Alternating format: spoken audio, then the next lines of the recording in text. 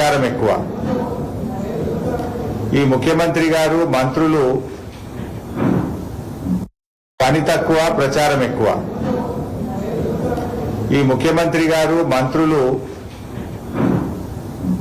వారుడు తప్ప చేతలు లేవు. అంత తిట్ల దండకము, బురద జల్లే కార్యక్రమము, ఒర్రుడు తప్ప చేతలు శూన్యం.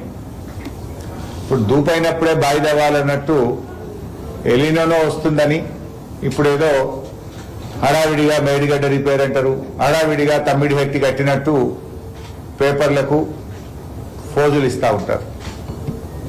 30 నెలలుగా మరి కాంగ్రెస్ పార్టీ ఏం చేసింది? గత 30 నెలలుగా మిమ్మల్ని ఎవరు ఆపినరు? మేమైందో కట్టద్దని అయితే అనలే కదా. ఇక ఒక మంత్రి అంటాడు, నిన్న 150 మీటర్లకు కిరణ్ కుమార్ రెడ్డి గారు ఉన్నప్పుడే ఒప్పందం అయిందట.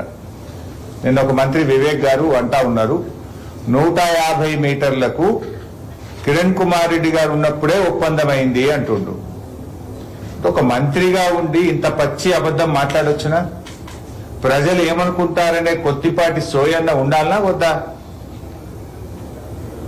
నిజంగానే ఒప్పందం ఉంటే అప్పుడు 7.5 ఏళ్ళు, ఇప్పుడు 2.5 ఏళ్ళు, 10 ఏళ్ల నుంచి కట్టకుండా మిమ్మల్ని ఆపింది ఎవరు? ఎవరైనా అడ్డం పడ్డారా కట్టకుండా? అప్పుడు కాంగ్రెస్ పార్టీ అధికారంలో ఉంది కదా. 150 మీటర్లకు ఆనాడే కిరణ్ కుమార్ రెడ్డి హయాంలోనే ఒప్పందం అయ్యి ఉంటే ఆ రోజు తట్టెడు మట్టెందుకు తవ్వలే? 2.5 ఏళ్లుగా మీ డ్రామాలు ఎందుకు? పని ఎందుకు స్టార్ట్ చేస్తలేరు? ఇప్పుడు ఆ రోజు మహారాష్ట్ర ముఖ్యమంత్రి మన కిరణ్ కుమార్ రెడ్డికి లేఖ రాసిండు, మాతో ఒప్పందం లేకుండా ఏకపక్షంగా మీరు పనులు చేస్తా ఉన్నారు, ఇవన్నీ కూడా రేపు వేస్ట్ అయితాయి, నిర్వీర్యం అవుతాయి, మీరు ఇట్లా చేయకూడదు, అగ్రిమెంట్ కాలేదు అని చెప్పి మహారాష్ట్ర ముఖ్యమంత్రి పృథ్వీరాజ్ చౌహాన్ రాసిన లేఖ నిజం కాదా? ఎంత స్పష్టంగా చెప్పిన పృథ్వీరాజ్ చౌహాన్ ఆ రోజు, మహారాష్ట్రతో అగ్రిమెంట్ లేకుండా మీరు చేసే పనులన్నీ రేపు నీళ్ల పాలైతాయి అని చెప్పింది ఆనాడు మహారాష్ట్ర ముఖ్యమంత్రి. మీరేమి దానికి భిన్నంగా మీరేం చెప్తుంది? ఇవాళ అగ్రిమెంట్ అయిపోయింది ఆల్రెడీ అంటున్నారు. అగ్రిమెంట్ కాలే, అగ్రిమెంట్ కాకుండా మీరు పనులు చేస్తున్నారు కనుక మీరు చేసే పనులన్నీ వృధా, నీళ్ల పాలైతాయని ఆనాడే మహారాష్ట్ర ముఖ్యమంత్రి మన ముఖ్యమంత్రి కిరణ్ కుమార్ రెడ్డి గారిని హెచ్చరించిండ్రు. కానీ దాని ఉల్టా మీరేం చెప్తుండ్రు? కిరణ్ కుమార్ రెడ్డి ఉన్నప్పుడే అగ్రిమెంట్ అయిందని మీరు మాట్లాడుతున్నారు. ఎంత పచ్చి అబద్ధాలు మాట్లాడుతున్నారంటే మీకు కనీస సోయి లేకుండా మాట్లాడుతున్నారు. ఇంకో సింపుల్ ముచ్చట, ఒకవేళ కిరణ్ కుమార్ రెడ్డి గారు ఉన్నప్పుడే అగ్రిమెంట్ అయ్యి ఉంటే తల దగ్గర పనులు ప్రారంభించకుండా తోక దగ్గర ఎందుకు ప్రారంభించిండ్రు? కిరణ్ కుమార్ రెడ్డి గారు ఉన్నప్పుడు అగ్రిమెంట్ అయ్యి ఉంటే తమ్మిడిహట్టి దగ్గరనే మీరు బ్యారేజ్ నిర్మాణం స్టార్ట్ చేసి ఉండాలి. తమ్మిడిహట్టి దగ్గర చేయకుండా పోయి చేవల కాడ పొక్కలు తవ్విండ్రు. తల నిడిచిపెట్టి తోక దగ్గర తవ్విందంటేనే మీకు అగ్రిమెంట్ లేదు అనేటువంటి విషయం చాలా స్పష్టంగా అర్థమవుతుంది. అంటే అవగాహన రహిత్యం అనుకోవాలన్నా, మేము మంత్రులం ఏం అబద్ధాలు మాట్లాడినా, మేము ఏం మాట్లాడినా ప్రజలు నమ్ముతారనేటువంటి అతి విశ్వాసం అనుకోవాలా? ఇంకో మంత్రి అంటాడు, నిన్న పోయినటువంటి మంత్రి జూపల్లి కృష్ణారావు, ఆయన అంటాడు తమ్మిడిహట్టి దగ్గర బ్యారేజ్ కడితే గ్రావిటీ ద్వారా ఎల్లంపల్లికి నీళ్లు పోతాయి అంటాడు. నిన్న ఎంత అవగాహన రహిత్యము, బేసిక్స్ లేవు. ఇప్పుడు అసలు ఏది నిజం? ఉత్తమ్ కుమార్ రెడ్డి మొన్న ఇప్పుడు హైదరాబాద్ లో మాట్లాడుతూ ఏమంటాడంటే తమ్మిడిహట్టి దగ్గర మేము బ్యారేజీ కట్టి సుందిల్ల బ్యారేజీకు నీళ్లు తెస్తాము అని ఉత్తమ్ కుమార్ రెడ్డి మాట్లాడింది. ముఖ్యమంత్రి రేవంత్ రెడ్డి ఏమంటాడు, మేము తమ్మిడిహట్టి నుంచి ఎల్లంపల్లికి నీళ్లు తెస్తాము అంటాడు, లిఫ్ట్ పెడతామంటాడు. జూపల్లి కృష్ణారావు ఏమంటాడు, లేదు లిఫ్టే అవసరం లేదు, తమ్మిడిహట్టి దగ్గర బ్యారేజ్ కట్టి ఎల్లంపల్లికి గ్రావిటీలో నీళ్ళు వస్తాయి అంటాడు. అసలు ఎవరు కరెక్టు? ఏది కరెక్టు? రేవంత్ రెడ్డి చెప్పేది కరెక్టా? ఉత్తమ్ కుమార్ రెడ్డి చెప్పేది కరెక్టా? జూపల్లి చెప్పేది కరెక్టా? వివేక్ గారు చెప్పేది కరెక్టా? మతి లేని మాటలు, సోయి లేని మాటలు, అవగాహన లేని మాటలు, పరిజ్ఞానం లేని మాటలు, ఈ రకంగా మీరు రాష్ట్ర పరువు తీస్తున్నారు.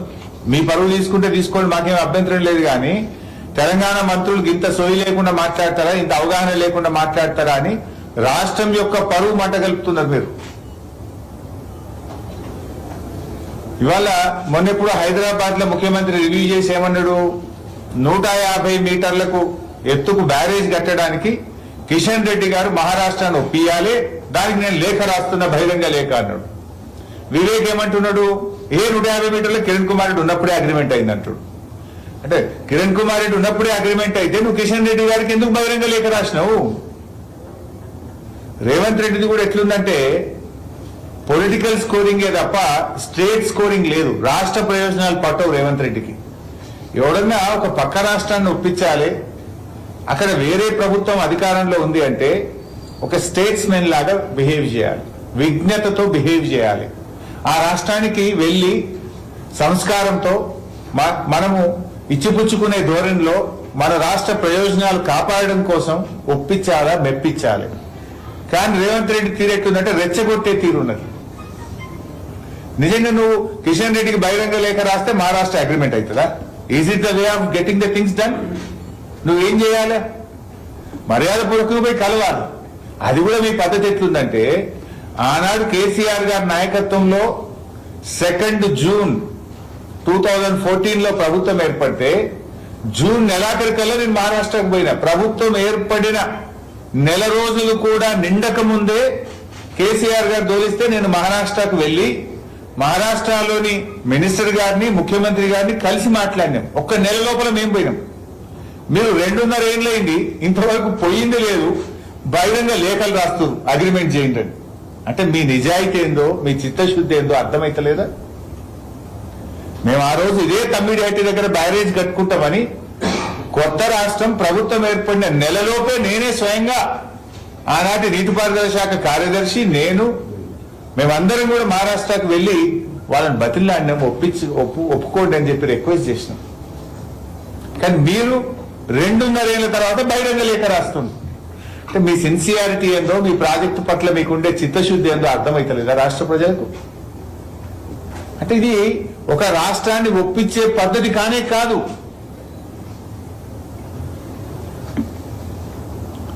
అసలు అక్కడ వైల్డ్ లైఫ్ ఫారెస్ట్ ఉంది, ఎకో సెన్సిటివ్ జోన్ ఉంది. అక్కడ మహారాష్ట్ర భూభాగం ముంపు గురవడమే కాదు, ఎకో సెన్సిటివ్ జోన్ ఉంది. అక్కడ పైకి పోతే వైల్డ్ లైఫ్, కిందికి వస్తే ఎకో సెన్సిటివ్ జోన్. అది ఒప్పించాలంటే సుప్రీంకోర్టులో ఉండే హై లెవెల్ కమిటీ ఒప్పించాలి. దానికి ఎంత టైం పడుతుంది? దాంట్లో ఉండే సాధక బాధకాలు ఎంత? అసలు డైవర్టబుల్ వాటర్ ఎంత? కేవలం రాజకీయాల కోసం మీరు పనిచేస్తున్నారు తప్ప రాష్ట్ర ప్రయోజనాల కోసం చిత్తశుద్ధితో పనిచేసే వాళ్ళు చేసే వ్యవహారమే కాదు. అసలు సింపుల్ ఇంకోటి, మీరు ఇంత ప్రాణహిత కడతామని మేనిఫెస్టోలో పెట్టిండ్రు, డైలాగుల మీద డైలాగులు ఇప్పటికి ఒక 100 సార్లు మాట్లాడుతాడు రేవంత్ రెడ్డి. వీళ్ళు పెట్టిన బడ్జెట్ ఎంత? 2024-25లో ప్రాణహిత చేవలకు పెట్టింది బడ్జెట్ 2 కోట్లు. 2025-26లో ప్రాణహిత సేవలకు పెట్టిన బడ్జెట్ 30 కోట్లు. ఈ సంవత్సరం 2026-27 ఈ సంవత్సరం బడ్జెట్ లో పెట్టింది 50 కోట్లు. తిప్పి కొట్టే అంతా 84-85 కోట్లు పెట్టింది మీరు. ఈ 84 కోట్లతో ప్రాణహిత సేవలు అవుతుందా? మీరు కట్టమన్న బ్యారేజ్ కి 5,000 కోట్లు కావాలి. మీరు పెట్టింది 3 ఏళ్లలో కలిపి 80 కోట్లు. అంటే మీరు కట్టేది ఏ పాటో, మీరు మాటల కోసమే తప్ప నిజంగా కట్టే ఆలోచన ఉన్న వాళ్ళు అయితే బడ్జెట్ లో పెట్టాలి కదా. ఈ సంవత్సరం కూడా పెట్టింది కేవలం 50 కోట్లు. అంటే ఏ ల్యాండ్ ఎక్విజిషన్ లో ఒక మూలకు కూడా చాలు. అసలు తమ్మిడిహట్టిని ఆ రోజు మహారాష్ట్రలో కాంగ్రెస్, ఆంధ్రప్రదేశ్ లో కాంగ్రెస్, ఢిల్లీలో కాంగ్రెస్, 3 చోట్ల కాంగ్రెస్ ప్రభుత్వం ఉన్నప్పుడే తమ్మిడిహట్టికి మహారాష్ట్రాన్ని మీరు ఒప్పించలేకపోయిండ్రు. సర్వ అధికారాలు మీ చేతిలో ఉండే. ఇదే ఉత్తమ్ కుమార్ రెడ్డి ఆ రోజు మంత్రి, ఇదే కోమటిరెడ్డి గారు మంత్రి. మరి ఇన్ని అధికారాలు ఉండి, ఢిల్లీలో మీ చేతిలో ఉండి, మహారాష్ట్ర మీ చేతిలో ఉన్నప్పుడే తమ్మిడిహట్టి బ్యారేజ్ కు మీరు మహారాష్ట్రను ఒప్పించలేకపోయిండ్రు. ఎందుకు? అది మీ నిర్లక్ష్యం. కాంగ్రెస్ కు చిత్తశుద్ధి లేకపోవడం వల్ల 3 చోట్ల కాంగ్రెస్ ప్రభుత్వం ఉన్న ఆ రోజు తమ్మిడిహట్టికి ఒప్పియలేదు. 7.5 సంవత్సరాలు వృధా చేసిండ్రు. 17,000 కోట్లతో ప్రారంభించిన ప్రాజెక్టు మీ హయాంలోనే 40,000 కోట్లకు పెరిగింది. ఫస్ట్ జీవో ప్రాణహిత సేవలకు 17,000కి ఇచ్చింది. తర్వాత మీ హయాంలో 40,000 కోట్లకు పెరిగింది. అది తట్టడి మట్టి ఎత్తకుండా. మీరు చెప్పింది ఏంటి ఆ రోజు? 4 ఏళ్లలో ప్రాణహిత చేవలను పూర్తి చేస్తాము అని చెప్పిండ్రు. 4 ఏళ్లు కాదు కదా, 7.5 ఏళ్ళు అధికారంలో ఉన్నా కనీసం బ్యారేజే కట్టలే మీ ముఖానికి. తట్టడి మట్టి తీయలే మీరు. రేవంత్ రెడ్డి మాట్లాడతాడు ఇంకా, మేము చాలా పని చేసినాం. అసలు తమ్మిడిహెట్టి బ్యారేజ్ దగ్గర తట్టెడు మట్టెత్తకుండా సర్వే మొబిలైజేషన్ అడ్వాన్స్ల పేరు మీద 2,382 కోట్ల బిల్లులు లేపిండ్రు మీరు. ₹1 పని చేయకుండా, తట్టెడు మట్టెత్తకుండా సర్వే మొబిలైజేషన్ అడ్వాన్స్ పేరు మీద 2,300 కోట్ల రూపాయలు ఆ రోజు మీరు బిల్లులు ఎత్తిండ్రు. ఇంకా మీరు అవినీతి గురించి మాట్లాడతారు. కాంగ్రెస్ పార్టీ అవినీతి గురించి మాట్లాడడం అంటే దయ్యాలు వేదాలు వల్లించినట్టుగా ఉన్నది. కాంగ్రెస్ అంటేనే కరప్షన్. కరప్షన్ అనేది కాంగ్రెస్ డిఎన్ఏలోనే ఉన్నది. ఇవాళ మీరేదో పెద్ద నీతి మంత్రులు లెక్క మాట్లాడుతున్నారు. అసలు ఇంకా నిన్న రేవంత్ రెడ్డి గారు మాట్లాడుతున్నారు 11,000 కోట్ల రూపాయల పనులు పూర్తయినాయట ప్రాణహిత చేవేళ్ల. అసలు కాంగ్రెస్ హయాంలో ప్రాణహిత చేవేళ్లలో ల్యాండ్ ఎక్విజిషన్ గాని పనులు గాని అన్ని కలిపి పెట్టిన ఖర్చు ఎంత అంటే 3,780 కోట్లు. టోటల్ ప్రాణహిత చేవేళ్లలో వర్క్స్ కు ల్యాండ్ ఎక్విజిషన్ కు పెట్టిన ఖర్చు 3,780 కోట్లు. దీన్ని ఏమంటాడు రేవంత్ రెడ్డి? 11,000 కోట్లు ఖర్చు పెట్టామంటాడు. అబద్ధాలకు కూడా హద్దు పద్దు ఉండాలి.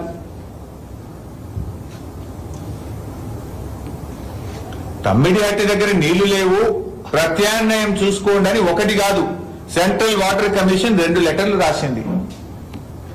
ఆ లెటర్లు నేను అసెంబ్లీలో చూపించిన. ఇదే రేవంత్ రెడ్డి ఫస్ట్ పేజ్ చదివితే 3rd పేజ్ తీసి చూపించి, రేవంత్ రెడ్డి 3rd పేజ్ లో చదువు ఏం రాసింది ఉమాభారతి గారు, నీళ్లు లేవు ప్రత్యామ్నాయం చూసుకోమని చెప్పింది 3rd పేజ్ లో ఉంది, తీసి చదువు అంటే సపడే కూర్చున్నాడు తలకాయ కిందకి వేసుకొని. ఇదే రేవంత్ రెడ్డి ఆ రోజు ఇది జలయజ్ఞం కాదు ధనయజ్ఞం అని చెప్పి ప్రెస్ మీట్లు పెట్టాడు. ఆనాడిన తెలుగుదేశం నుండే ఎమ్మెల్యేగా ఆనాడు కాంగ్రెస్ వైఎస్ రాజశేఖర రెడ్డి గారు ప్రాణహిత చేవేళ్లను ప్రారంభిస్తే ఇది జలయజ్ఞం కాదు ధనయజ్ఞం అని, మొబిలైజేషన్ అడ్వాన్స్ల పేరిట డబ్బులు లూటీ చేస్తున్నారని మరి నోటికొచ్చినట్టు మాట్లాడిన రేవంత్ రెడ్డి ఇవాళ ఆయనే గొప్పగా మాట్లాడే ప్రయత్నం చేస్తుంది. అది నోరా ఇంకేమన్నా అంటే తెలుగుదేశంలో ఉంటే ఒక మాట, కాంగ్రెస్ లో మారంగానే ఒక మాట, ఊసల వెల్లులు రంగులు మార్చినట్టు నువ్వు మాటలు మారుస్తున్నావు. ఏది నిజం? ప్రజలు ఏమనుకుంటారు?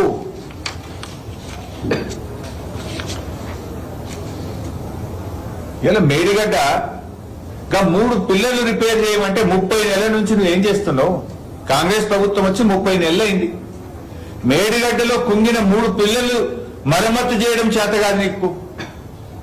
మేడిగడ్డ ఎంత గొప్పదంటే ఈ రోజు ఈ నిమిషానికి ఇప్పుడు కూడా మేడిగడ్డలో ఈ నిమిషానికి 6,400 క్యూసెక్ల నీళ్లు పోతున్నాయి ఎండాకాలంలో. ఇంత మండు టెండల్లో మే 9వ తారీఖు నాడు 6,400 క్యూసెక్లు మేడిగడ్డ దగ్గర పోతున్నాయి. మీరు చెప్పిన తమ్మిడిహట్టి దగ్గర ఈ నిమిషానికి 2,000 పోతున్నాయి. 2,000 ఎక్కడ, 6,400 ఎక్కడ? దాదాపు 300 ఎక్కువ పోతున్నాయి కదా. అంత అద్భుతమైన పాయింట్ను అప్పటి నిపుణుల సలహా మేరకు, వ్యాప్కో సలహా మేరకు మేడిగడ్డ దగ్గర కట్టి ఆ 3 పిల్లలు మరమ్మతు చేయ చేతనైతే లేదు నీకు. 30 నెలల టెస్ట్లు డ్రామాలు చేస్తుంది. ఏం టెస్ట్లేని? మేడిగడ్డ దగ్గర 500 బోర్ హోల్స్ వేయాలంటే ఇప్పటికి 5 కూడా వేయలే మీరు. 5 కూడా వేయలే. ఆ 500 బోర్ హోల్స్ ఎప్పుడు కావాలి? మీరు డిజైన్ ఎప్పుడు చేయాలి? రిపేర్ ఎప్పుడు చేయాలి? ఇప్పటికే 2.5 ఏళ్ళు అయిపోయింది. మీ టెస్ట్ల వరకే మీ పుణ్యకాలం ముగిసేటట్టున్నది. మీకు చిత్తశుద్ధి లేదు. మేడిగడ్డ మరమ్మతు చేస్తే కేసీఆర్ గారికి ఎక్కడ పేరు వస్తుందో అని ఈ తుమ్మిడిహట్టి డ్రామాల్లో ఆవట్లేదు మీరు. ఇదంతా డ్రామా, ఈ తుమ్మిడిహట్టిదంతా. నిజంగా 2.5 ఏళ్ళ తర్వాత బహిరంగ లేఖ రాస్తారు ఎవడన్నా. మేమేమో గవర్నమెంట్ వచ్చిన నెలకే పోయినా మహారాష్ట్రకు, నువ్వేమో ఉత్తరం రాస్తున్నావు. అది ఎవరో కిషన్ రెడ్డికి ఇవ్వాల్సిందేమో మహారాష్ట్ర ముఖ్యమంత్రి ఫడ్నవీస్, నువ్వు రాసేదేమో కిషన్ రెడ్డికి. అంటే రాజకీయం చేస్తున్నావు తప్ప పరిష్కారం ఆలోచించడం లేదు. రాష్ట్రం గురించి నువ్వు ఆలోచించడం లేదు. ఇలా వచ్చే సంవత్సరం ఎలినో వస్తుంది, కరువు వస్తుంది అని రాష్ట్రం దేశం అంతా కూడా సైంటిస్టులు అందరు కూడా చెప్తున్నారు. ఇటువంటి కరువు పరిస్థితుల్లో కటిక చీకట్లో కూడా కారు దీపం లాంటిది కాళేశ్వరం ప్రాజెక్టు. కటిక చీకట్లో కూడా కారు దీపం లాంటిది కాళేశ్వరం ప్రాజెక్టు. ఎంత కరువు వచ్చినా నదిలో నీళ్లు ప్రవహించే ప్లేసు మేడిగడ్డ. దాన్ని మరమ్మతు చేసుకోవాలి. రేపు త్రాగునీళ్లకు కూడా ఇబ్బంది అయితే రేపు తెలంగాణకు. కేసీఆర్ గారు ముందు చూపుతో రేపటి సాగునీటికి, తాగునీటికి, పారిశ్రామిక అవసరాలకు, తెలంగాణ భవిష్యత్తు కోసం తెలంగాణ సోయితో ఆలోచించి నిపుణులు, ఇంజనీర్ల సలహాతోని ఆ ప్రాజెక్ట్ నిర్మాణం చేసిండ్రు. ఎందుకంటున్నా, ఇంత నిప్పులు కురిపిస్తున్న ఈ ఎండలో 6,400 క్యూసెక్లు ఇప్పుడు ఆడ వాడుతున్నాయి. పోయి చూడండి, ఆడ పోయి మేడిగడ్డ దగ్గర వాడుతున్నది ఎంతనో పోయి చూడండి. లేదా గేట్ స్టేషన్ లో మీ ఇంజనీర్లు అడగండి, చెప్తారు ఎన్ని నీళ్లు పోతున్నాయో. ఇలా కాళేశ్వరం తక్కువ చేసి మాట్లాడితే మేమేదో కేసీఆర్ ను తగ్గించినట్టు, బీఆర్ఎస్ ను తగ్గించినట్టు అనుకుంటున్నారు మీరు. ఇది తెలంగాణ జాతికి మీరు చేసే ద్రోహం, తెలంగాణ రాష్ట్రానికి మీరు చేస్తున్నటువంటి ద్రోహం. మమ్మల్ని తిట్టండి, పడదాం, కానీ రాష్ట్రానికి ద్రోహం చేయకండి. తెలంగాణ నీటి హక్కుల్లో అన్యాయం చేయకండి. మీరు కాళేశ్వరంను తక్కువ చేసి ఎవరైనా కాంగ్రెస్ నాయకులు మాట్లాడితే, కాళేశ్వరంలో కొలువైనటువంటి ముక్తేశ్వరుడు ఆ స్వామి మీకు శిక్ష వేస్తాడు. తస్మాత్ జాగ్రత్త అని చెప్పి కూడా మేము హెచ్చరిస్తా ఉన్నాం. ఎందుకంటే నిన్న పోయినటువంటి మంత్రులు, ఒక ఆయన గ్రావిటీ ద్వారా పోయిందంటాడు, ఇంకొక ఆయన 150కి అగ్రిమెంట్ అయిపోయిందంటాడు. 150కి అగ్రిమెంట్ అయింది లేదు, గ్రావిటీ ద్వారా వచ్చేది లేదు.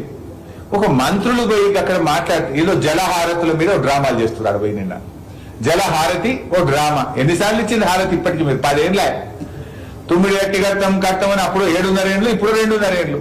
హారతుల పేరు మీద డ్రామా లేదప్ప నిజాయితీ లేదు మీకు.